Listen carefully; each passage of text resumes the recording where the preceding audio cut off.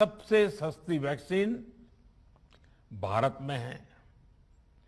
भारत की cold chain व्यवस्था के अनुकूल वैक्सीन हमारे पास है।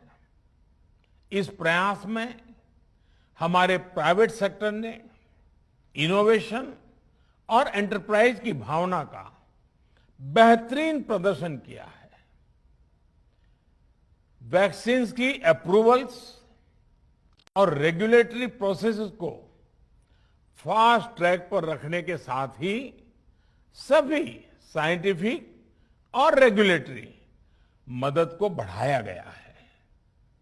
यह एक टीम एफर्ट है जिसके कारण हमारा Bharat 2 made in India vaccine के साथ दुनिया का सबसे बड़ा टीकाकरण अभियान शुरू कर पाया। टीकाकरण के पहले चरण से ही गति के साथ ही इस बात पर जोर दिया गया कि ज्यादा से ज्यादा क्षेत्रों तक, जरूरतमंद लोगों तक वैक्सीन पहुंचे। दुनिया में सबसे तेजी से भारत में पहले 10 करोड़, फिर 11 करोड़ और अब 12 करोड़ वैक्सीन डोज दिए गए हैं। आज कोरोना से इस लड़ाई में हमें हौसला मिलता है कि हमारे health care workers, frontline corona warriors और सीनियर सिटीजन्स के एक बड़े हिस्से को वैक्सीन का लाभ मिल चुका है। साथियों, कल ही वैक्सीन को लेकर हुए एक और अहम फैसला भी हमने किया है। 1 मई के बाद से 18 वर्ष के ऊपर के किसी भी व्यक्ति को वैक्सीनेट किया जा सकेगा। अब भारत में जो वैक्सीन बनेगी उसका आधा हिस्सा सीधे राज्यों और अस्पतालों को भी मिलेगा। इस बीच गरीबों, बुजुर्गों, निम्न मध्यम वर्ग के लोग 45 वर्ष की आयु के ऊपर के व्यक्तियों के लिए केंद्र सरकार का जो वैक्सीन कार्यक्रम चल रहा है वो भी उतनी ही तेजी से जारी रहेगा। पहले की तरह ही सरकारी अस्पतालों में मुफ्त वैक्सीन मिलती रहेगी, जिसका फायदा, जैसा मैंने कहा, हमारे गरीब परिवार हो, हमारे मध्यम वर्ग, निम्न मध्यम वर्ग के परिवार हो, वो उनका लाभ उठा सकेंगे। साथियों, हम सभी का प्रयास जीवन बचाने के लिए है और जीवन बचाने के लिए तो है ही, प्रयास से भी ये है कि आर्थिक गतिविधियां और आजीविका कम से कम प्रभावित हो। प्रयास का तरीका यही रखा जाए। वैक्सीनेशन को 18 वर्ष की आयु के ऊपर के लोगों के लिए ओपन करने से शहरों में जो हमारे वर्कफोर्स है उसे तेजी से वैक्सीन उपलब्ध होगी। राज्यों और केंद्र सरकार के प्रयासों से श्रमिकों को भी तेजी से वैक्सीन मिले लगेगी। मेरा राज्य प्रशासन से आग्रह है कि वो श्रमिकों का भरोसा जगाए रखे। उनसे आग्रह करें कि वो जहां है वहीं रहे। राज्यों द्वारा दिया गया ये भरोसा उनकी बहुत मदद करेगा कि वो जिस शहर में हैं वहीं पर अगले कुछ दिनों में वैक्सीन भी लगेगी और उनका काम भी बंद नहीं होगा। साथियों, पिछली बार जो परिस्थितियां थी वो अभी से काफी भिन्न थी।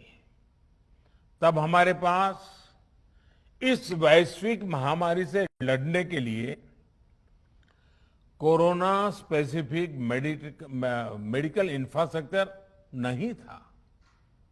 आप याद करिए देश की क्या स्थिति थी। कोरोना टेस्टिंग के लिए पर्याप्त लैब नहीं, पीपीई का कोई प्रोडक्शन नहीं, हमारे पास इस बीमारी के ट्रीटमेंट के लिए कोई खास जानकारी भी नहीं, लेकिन बहुत ही कम समय में हमने इन चीजों में सुधार किया। आज हमारे डॉक्टरों ने कोरोना के इलाज की बहुत ही अच्छी एक्सपर्टीज हासिल कर ली है। वो ज्यादा से ज्यादा जीवन बचा रहे हैं। आज हमारे पास बड़ी मात्रा में पीपीई किट्स हैं, लैब्स का बड़ा नेटवर्क है और हम लोग टेस्टिंग की सुविधा को निरंतर बढ़ा रहे हैं। साथियों, देश ने कोरोना के खिलाफ अब तक बहुत मजबूती से और बहुत धैर्य से लड़ाई लड़ी है। इसका श्रेय आप सभी को, सभी देशवासियों को ही जाता है। अनुशासन और धैर्य के साथ कोरोना से लड़ते हुए आप देश को यहां तक लाए हैं। मुझे विश्वास है जन भागीदारी की ताकत से हम कोरोना के इस तूफान को भी परास्त कर पाएंगे। आज हम अपने चारों ओर देख रहे हैं कि कैसे कई लोग, कई सामाजिक संस्थाएं जरूरतमंदों तक मदद पहुंचाने में दिन रात जुटे हैं। दवाई पहुंचाना हो, खाने या रहने की व्यवस्था करनी हो, लोग पूरे मनोयोग के साथ काम कर रहे हैं। मैं इन सभी के सेवा भाव को आदरपूर्वक नमन करता हूं और देशवासियों से अपील करता हूं कि अधिक से अधिक मात्रा में इस संकट की घड़ी में देशवासी आगे आएं और जरूरतमंदों तक मदद पहुंचाएं। समाज के पुरुषार्थ और सेवा के संकल्प से ही हम ये लड़ाई जीत पाएंगे। मेरा युवा साथियों से अनुरोध है कि वो अपनी सोसाइटी में, मोहल्ले में, अपार्टमेंट्स में छोटी छोटी कमेटियां बनाकर कोविड अनुशासन पालन करवाने में मदद करें। हम ऐसा करेंगे तो सरकारों को न कभी कंटेनमेंट जोन लगाने की जरूरत पड़ेगी, न कर्फ्यू लगाने की जरूरत पड़ेगी और लॉकडाउन का तो सवाल ही नहीं उठता है, आवश्यकता ही नहीं पड़ेगी। स्वच्छता अभियान के समय देश में जागरूकता फैलाने के लिए मेरे बाल मित्रों ने, बहुत छोटे छोटे बालक, 5वीं, 7वीं, 8वीं, 10वीं में पढ़ने वाले, उन्होंने घर के लोगों को समझाया था, मनाया था। उन्होंने बड़ों को भी स्वच्छता का संदेश दिया था। आज मैं फिर अपने बाल मित्रों से एक बात विशेष तौर पर कहना चाहता हूं। मेरे बाल मित्र, घर में ऐसा माहौल बनाइए कि बिना काम, बिना कारण घर के लोग घर से बाहर न निकले। आपकी जीत बहुत बड़ा परिणाम ला सकती है। प्रचार माध्यमों से भी मेरी प्रार्थना है कि ऐसे संकट की घड़ी में वो लोगों को सतर्क और जागरूक करने के लिए जो प्रयास कर रहे हैं उसे और बढ़ाएं। इसके साथ ही इसके लिए भी काम करें कि डर का माहौल कम हो सके, लोग अफवाह और भ्रम में न आए। साथियों, आज की स्थिति में हमें देश को लॉकडाउन से बचाना है।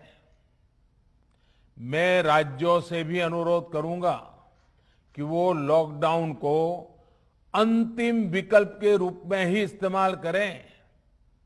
लॉकडाउन से बचने की भरपूर कोशिश करनी है और माइक्रो कंटेनमेंट जोन पर ही ध्यान केंद्रित करना है। हम अपनी अर्थव्यवस्था की सेहत भी सुधारेंगे और देशवासियों की सेहत का भी ध्यान रखेंगे। साथियों, आज नवरात्रि का आखिरी दिन है।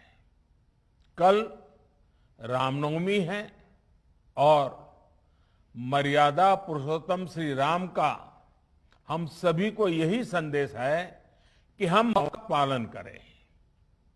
कोरोना के इस संकट काल में कोरोना के बचने के जो भी उपाय है, कृपया करके उनका पालन 100% करिए। दवाई भी, कड़ाई भी, इस मंत्र को कभी भी भूलना नहीं है। ये मंत्र जरूरी है, वैक्सीन के बाद भी जरूरी है।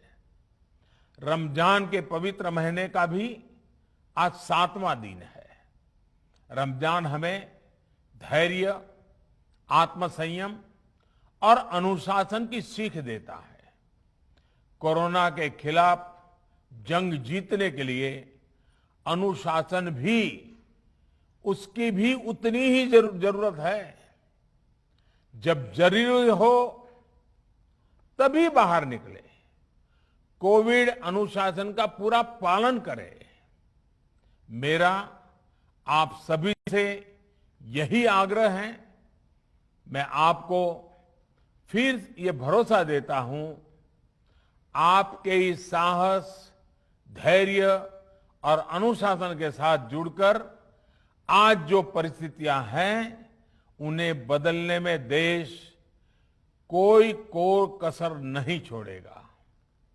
आप सभी स्वस्थ रहें, आपका परिवार सब स्वस्थ रहें, इसी कामना के साथ मैं अपनी बात समाप्त करता हूं। आपका बहुत बहुत धन्यवाद।